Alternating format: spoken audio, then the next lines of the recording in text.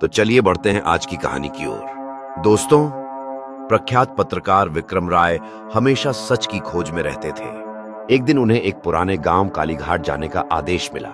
एक शाम विक्रम को एक गुप्त पत्र मिला जिसमें लिखा था, यदि आप सच के खोजी हैं तो कालीघाट आइए। उन्होंने तुरंत ही कालीघाट की यात्रा की। जब विक्रम गांव पहुंचे तो उन्होंने देखा कि वहां का माहौल बहुत ही अजीब सा था। लोग डरे सहमे हुए थे। रात को कोई घर से बाहर नहीं निकलता था।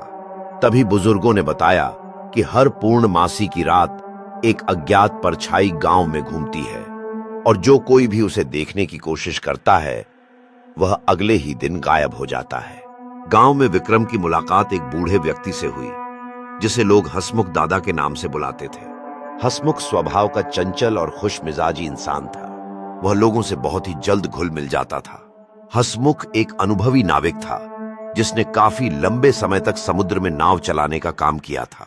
अचानक ही किसी कारणवश यह काम छोड़कर गांव में ही नाव चलाने लगा था।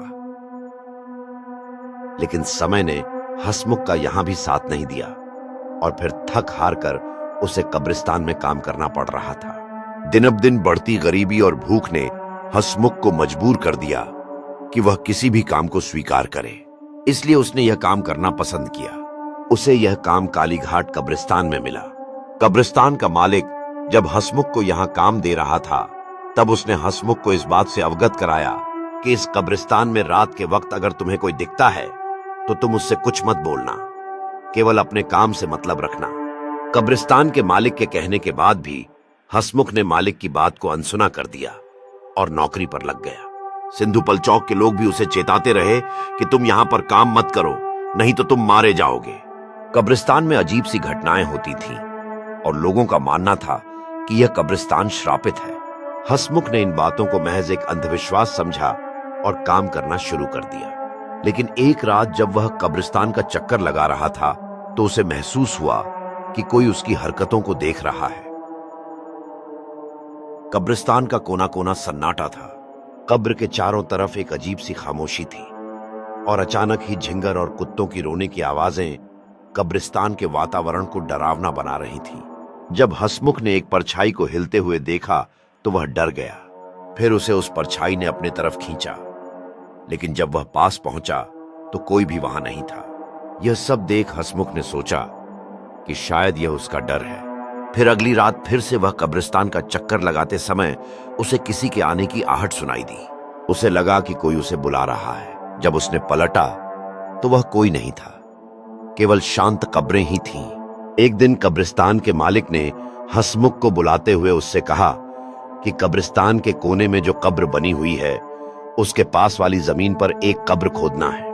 हसमुख ने कब्र की देखभाल करते हुए उसकी हालत का जिक्र करते हुए कब्र खोदना शुरू किया। जैसे ही उसने एक गहरा गड्ढा खोदना शुरू किया उसे अचानक महसूस हुआ कि वह ताबूत है। हसमुख ने अपने काम के दौरान देखा कि एक शराबी कब्रिस्तान में आया और कब्र खोदने लगा। हसमुख ने उस शराबी से पूछा, तुम ये सब क्यों कर रहे हो? लेकिन उस शराबी ने कोई जवाब नहीं दिया। जब हसमुख उसे रोकता है तो वह उसे चौंकाकर वहां से भाग जाता है। फिर अगली रात हसमुख ने फिर से शराबी को देखा, लेकिन अब वह शराब पी रहा था और गंदगी के बीच ताबूत खोद रहा था। एक रात हसमुख ने उस शराबी को दौड़ से कब्र के पास जाते देखा। जब वह पास पहुंचा तो हसमुख ने उसे फिर से बुलाया, लेकिन वह सुनने वाला नहीं था। फिर एक बार हसमुख ने अचानक देखा कि वही लड़की उसके सामने खड़ी थी। उसकी आंखें पूरी तरह से काली थीं और उसने कहा, अब तुम भी मेरी जाल में फंस गए हो। हसमुख की धड़कनें तेज हो गईं। उसे एहसास हुआ कि वह किसी खतरनाक जगह पर है। तभी उसे बाहर निकलने का रास्ता दिखा।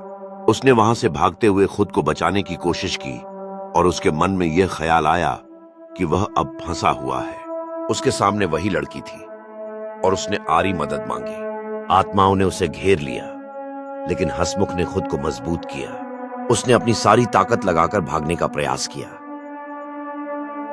अंत में हसमुख ने खाली कब्र के अंदर आने का फैसला किया, जहां अंततः वह खुद को सुरक्षित महसूस करता है। दोस्तों, कालीघाट स्टेशन एक ऐसी जगह थी जहां आत्मा और रहस्यमय शक्तियां छुपी हुई थीं। हसमुख ने उस रात के डर को अपनी ताकत में बदल दिया। तो दोस्तों इस कहानी में बस इतना ही। अगर आपको पसंद आई हो तो प्लीज वीडियो को लाइक, शेयर और कमेंट जरूर कर दें। जल्द ही मिलूंगा ऐसी एक और डरावनी कहानी के साथ। तब तक के लिए बाय और टेक केयर।